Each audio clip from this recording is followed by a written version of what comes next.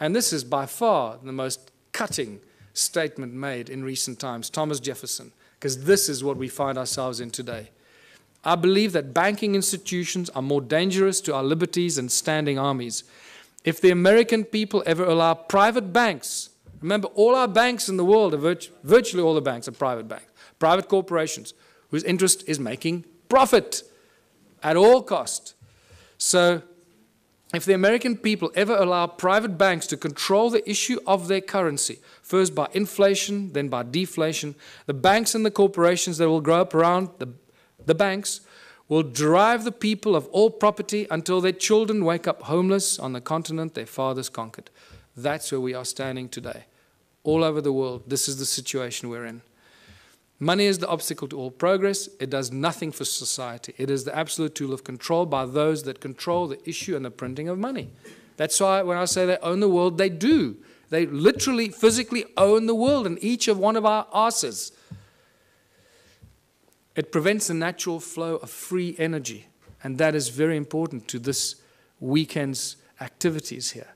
Money prevents the natural flow of free energy, so I beg you, everyone present here, remember it's about free energy, not I'm going to make $1 billion out of this energy.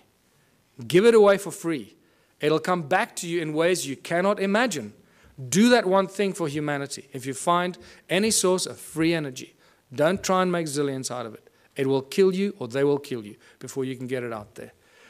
Money is the primary cause for the 7 deadly sins. We all know the 7 deadly sins, or have we forgotten them already?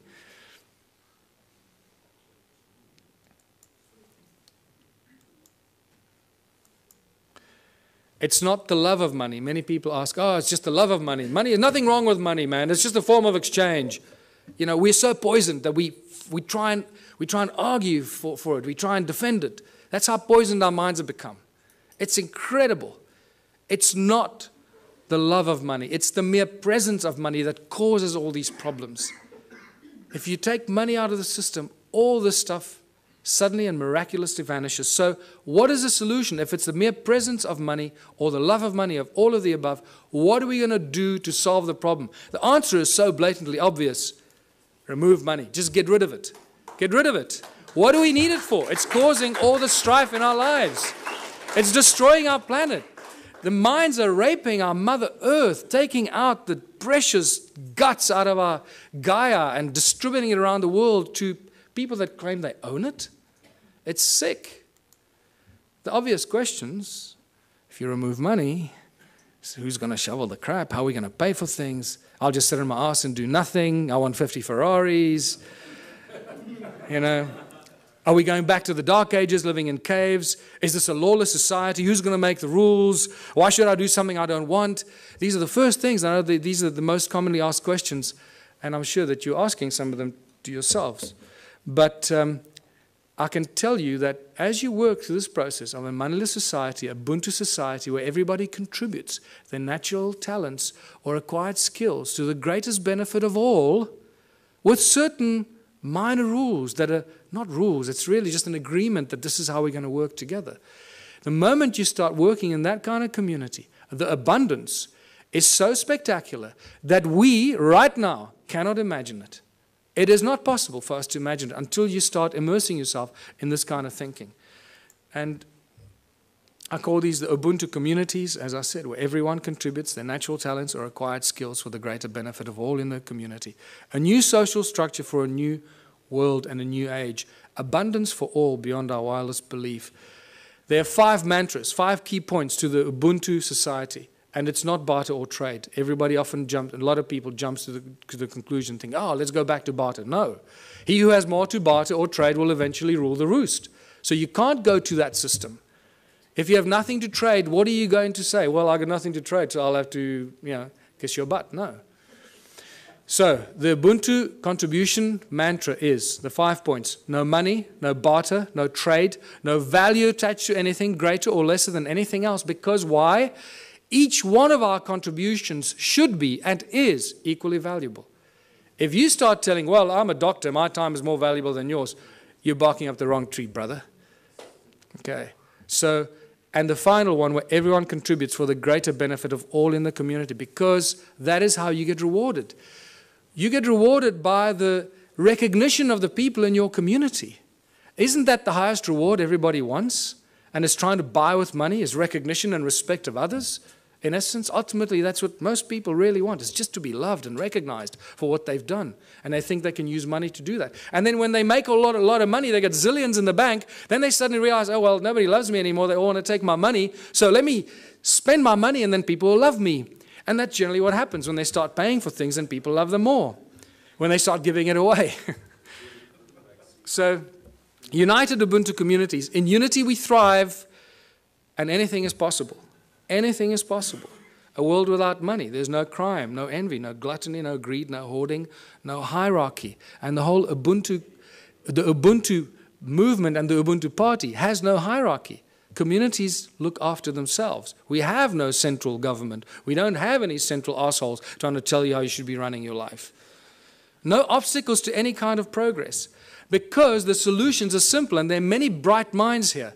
We all know what the solutions are, what should be done to solve the problems, and somehow our politicians just can't get it right. They keep screwing it up, you know? So don't ask the politicians to solve it. Give it to the scientists, give it to the farmers, give it to the engineers. They'll solve the problems for us. Ordinary people will. Politicians will do nothing. Transition will have to occur in simple steps that flow from one to the other. We can't go from zero to hero. We can't go from a moneyless-driven, capitalistic, consumeristic monster to a moneyless society that lives in harmony and zen, right? It's not going to happen. So if you go onto my website, the ubuntuparty.org.za website, I've started posting a number of papers on how the transition will take place. There's not time for it now, so I ask you, please go onto our website and check it out. It's beautiful. What's key here is that the small towns will probably play a very important part in the transformation, because in small towns and small communities, people will agree on things a lot quicker than in the big cities. Right? So they will agree, okay, we need to get off the grid, we need to grow enough food for all of us, we need to make sure we got water, and they can go out and do it.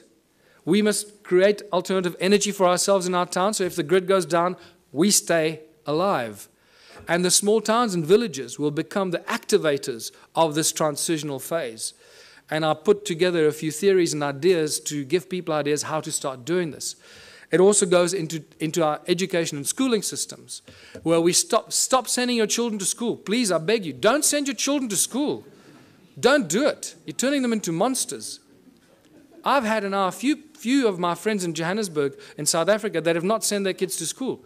They are much smarter than the kids that go to school. And I'm not kidding you. They really are. They just learn from their parents, and they learn. And you'll find that often what happens with these kids, they start reading later. They might start reading a little bit later. But when they start reading, they become like these monster little readers. They just read everything. I mean, these little kids are reading books that other kids don't even dream of. And that's because they're not preconditioned by the schooling system. Energy, water, food, housing, arts and recreation.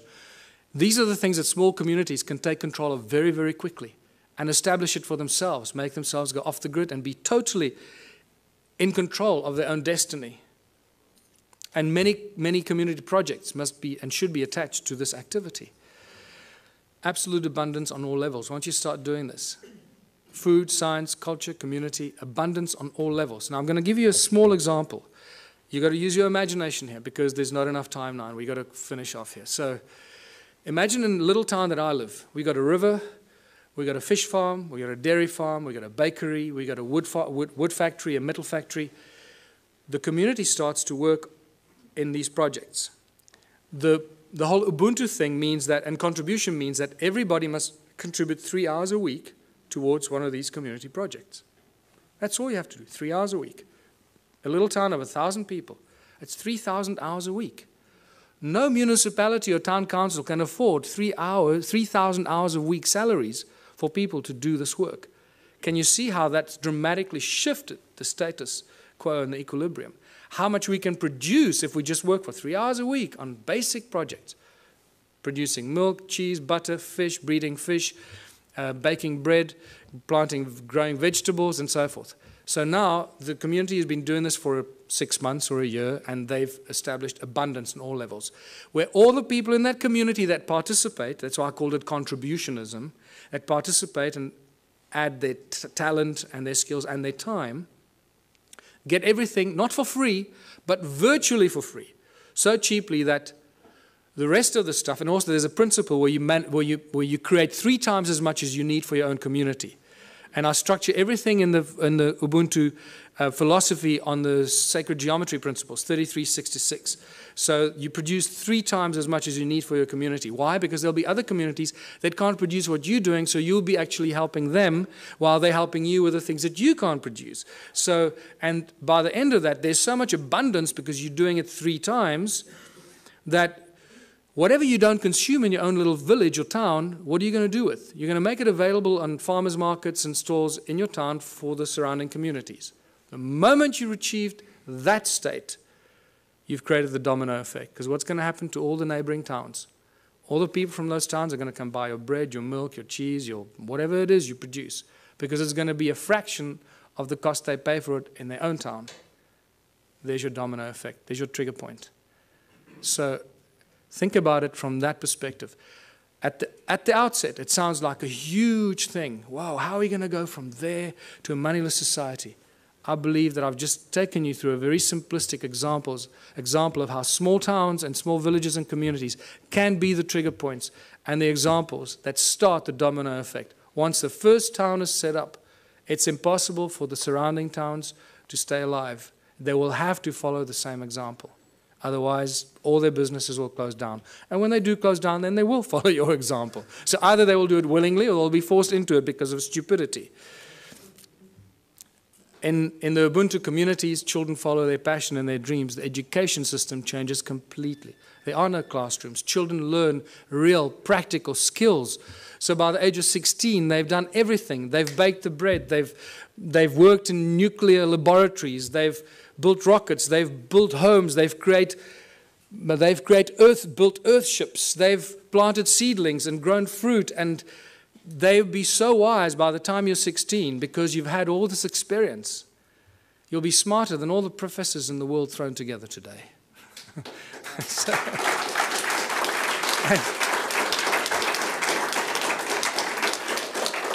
take any school leaver today, put them on a farm, put them anywhere into a practical solution.